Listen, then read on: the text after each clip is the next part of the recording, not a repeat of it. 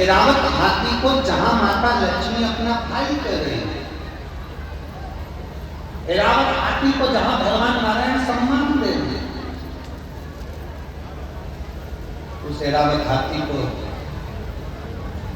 इंद्रदेव और इंद्रदेव की धर्म पत्नी माता सची जानवर कहते हैं, पशु कहते हैं। अब शब्द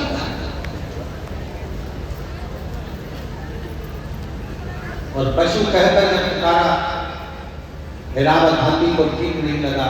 ऐरावत हाथी भगवान नारायण के पास आए, स्वामी मेरा ध्यान। अब शब्द कहेंगे। अब तो इंद्र में जितनी सभा में लोग बैठे थे, इंद्र की सभा में जितने जाते थे, सबसे कह दिया कि इस ऐरावत हाथी को पशु ही कहा जाए, इसमें पशु की वृत्ति है, पशु। सब पशु कहने लगे दे खाना दे, तो इससे देने से कौन सा, अब शब्द कहने से कौन सा।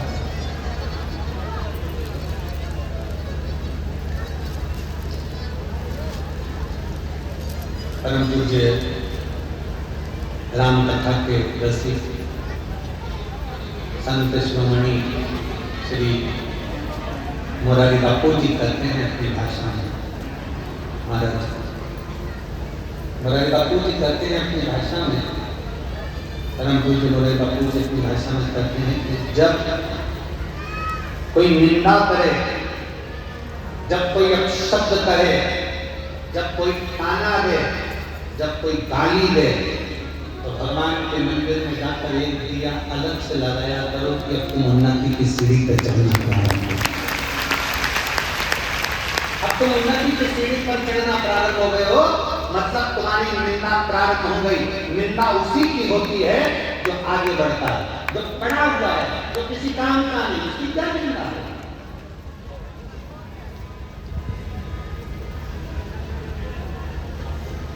रेल के जितने डब्बे होते हैं वो डब्बे काले होते नहीं, रेल में केवल इंजन ही काला होता है, क्योंकि इंजन खींच कर लेकर जाता है, जो आगे चलता है, जो आगे बढ़ता है, मुंडा उसी को काला करना पड़ता है। अब सब उसी को सीखना, जो आगे बढ़ रहा है। बहुत आगे बढ़ने वाले को ध्यान रखना चाहिए, बहुत ध्यान रखना चाहिए। हम कहेंगे केसरी जी, चतुर्वेदी जी और तुम्हारी पूरी टीम ध्यान रखते इस चीज के लिए। आप अगर आगे बढ़कर कथा का रस्तत्व ग्रहण कर रहे हो, आगे बढ़कर ये कथा का आयोजन करा रहे हो, आगे बढ़कर समिति बनाकर ये पूर्ण कार्यक्रम कर रहे हो, तो ये तैयारी रखना, कानों में सरसों का तेल डालकर के लोग अब शब्द भी कहेंगे और सुनना भी पड़ेगा और आगे बढ़ेगा। ये ध्यान रहे। राम कथा करवाना सरल है, श्रीमद् भागवत कथा करवाना सरल है। क्यों? क्योंकि राम कथा के यजमान स्वयं काशी नरेश थे। श्रीमद् भागवत के यजमान स्वयं राजा परीक्षित थे। विष्णु पुराण, मत्स्य पुराण, नर्मदा पुराण, जितनी पुराण है, सारे पुराण के यजमानों के नाम है, पर शिव महापुराण का यजमान कोई नहीं बन पाया। शिव महापुराण का यजमान को केवल शंकर को ही बनना पड़ा। शंकर भगवान शिव महापुराण के यजमान बने ईश्वर जी और गोरा जी बनकर। माता पार्वती की 16 दिन तैयार हुई हैं शिव महापुराण के यजमान बनने के लिए, इसलिए आज भी नारियों में 16 श्रृंगार होते हैं। भगवान शंकर 16 दिन तैयार हुए हैं शिव महापुराण के यजमान बनने के लिए, इसलिए सनातन धर्म में 16 संस्कार होते हैं। भगवान 16 दिन तक तैयार हुए, तब ईश्वर जी गोरा जी बने, तब गणा और गोर बने। देवर्षि नारद देखकर शंकर भगवान का स्वरूप। शंकर भगवान जब शादी करने गए तो दूल्हे नहीं बने, शंकर भगवान जब विवाह करने गए तो सुंदर नहीं सजे। जब शंकर भगवान के घर में बच्चे हुए तब सुंदर नहीं सजे। और शंकर भगवान जब कथा सुनने के लिए जा रहे हैं, उस चंचला देवी के पति को मोक्ष देने के लिए जा रहे हैं, तो ईश्वर जी और गोरा जी बनकर, गणा और गोर बनकर जा रहे हैं, ईश्वर जी और गोरा जी बनकर जा रहे हैं। आज भी भारत की भूमि पर गणगौर की पूजन होती है। राजस्थान में गणागौर की लोग पूजन करते हैं, ईश्वर जी गोरा जी का पूजन करते हैं 16 दिन तक, क्योंकि शंकर पार्वती जी शिव महापुराण के यजमान बनकर पहुंचे हैं। तुम रूपा जी कथा कर रहे हैं, शंकर पार्वती सामने बैठकर कथा सुन रहे हैं। शिव सारी कथाओं के यजमान हो सकते हैं, पर शिव महापुराण का यजमान कोई नहीं, शंकर पार्वती के सिवा कोई नहीं हो सकता। इसलिए जितने यजमान की लिस्ट है यहाँ, ये यजमान अपने नाम को याद रखना कि तुम्हारा नाम केवल यही है, पर कथा करवाने वाले तो शंकर विश्वनाथ बाबा माता पार्वती जी। आप और हम तो केवल यजमान पत्थर बैठे हैं शिव पार्वती के रूप में, पर कराने वाला मेरा विश्वनाथ, करने वाला मेरा विश्वनाथ। जैसे सतपा बाबा जी कहते हैं कि करा कौन रहा है? विश्वनाथ। कर कौन रहा है? विश्वनाथ। खिला कौन रहा है? विश्वनाथ। सब कुछ विश्वनाथ कर रहे हैं। महाराज जी अपन कुछ नहीं, हम तो बैठे हैं करा हो। सबके यजमान हो सकते हैं, पर शिव पुराण का कोई यजमान नहीं होता।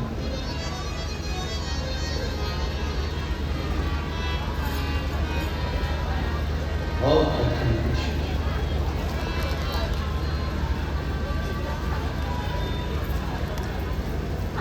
शंकर पार्वती एक बार महाराज जी एक जगह प्रश्न कर दिया किसी ने, राजस्थान में कोटा में कथा की, वहाँ के विधायक महोदय शर्मा जी ने कथा कराई थी। तो वो विधानसभा अध्यक्ष राजस्थान के, उन्होंने उनकी धर्मपत्नी ने प्रश्न किया कि गुरुदेव शंकर पार्वती जी ईश्वर जी और गोरादेव जी बनकर घना उद्योग बनकर कथा में गए थे, अपने असली स्वरूप में शंकर पार्वती के रूप में कथा सुनने क्यों नहीं? हमने उनसे कहा जी अगर गले में सांप डालकर कानों में बिच्छू पहनकर शंकर जी बैठ जाते कथा सुनने के लिए, तो कथा कहने वाला कथा नहीं करता।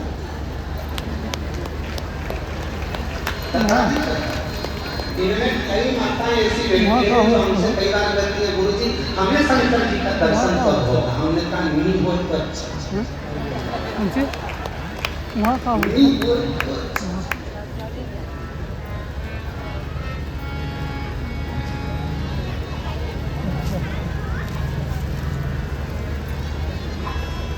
जरा विचार करिएगा, काल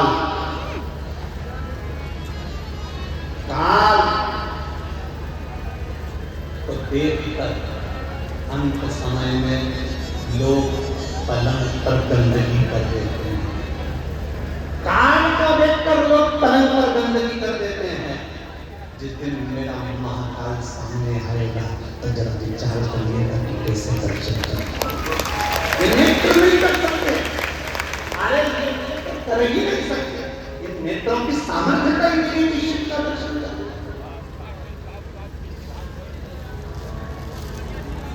आप भगवान शंकर से मत कहो मुझे दर्शन दो, शंकर भगवान से मैं कहो आना मना नहीं है, आप हमारे यहाँ जरूर आना। पर बाबा विश्वनाथ बनते वो गढ़दानी बनते चले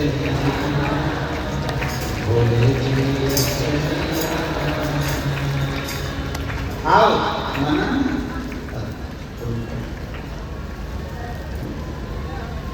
आपका असली स्वरूप हमारे सामने हो जाएगा ना बाबा, आपका असली स्वरूप हमारे सम्मुख में होगा। गले में सर्प पड़ा है, मस्तक में चंदा चढ़ा हुआ है, त्रिपुंड लगा हुआ है, कानों में बिच्छू पड़े हैं, भयंकर बाबा आपका स्वरूप इन नेत्रों से देख ही नहीं सकता। कोई किसकी सामर्थ्यता है, किसकी सामर्थ्यता? भगवान राम जी ने जब रामेश्वर धाम की स्थापना करी, भगवान कृष्ण ने जब शिवलिंग की स्थापना करी, भगवान राम जब रामेश्वर धाम की स्थापना करते हैं, स्थापना करते समय जब शिवलिंग का निर्माण करते हैं, निर्माण करते करते तुरंत उसी समय पर माता सीता स्थापना के लिए हनुमान जी के कहने पर रावण के साथ में आती हैं और प्राण प्रतिष्ठा के लिए। तो माता सीता राम जी से कहती है प्रभु आप शंकर भगवान के इतने बड़े भक्त हो, आप शिव जी के इतने बड़े भक्त हो, आपको शिवलिंग की स्थापना करना पड़ रही है।